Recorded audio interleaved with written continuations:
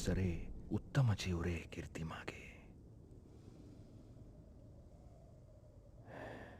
आमच्या थोरल्या राणी सरकार अशाच होत्या.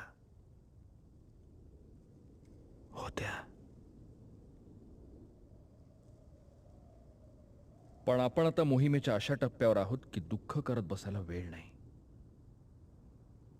गोपीनाथ काका, खानाच्या वकिलाला भेटून तहाच्या अटी आणि तपशील ताबडतोब ठरवून घ्या.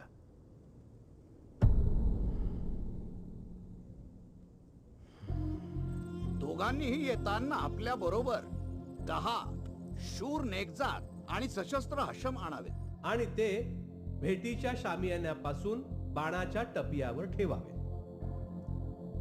पर हे अंतर जरा लांब नाही का?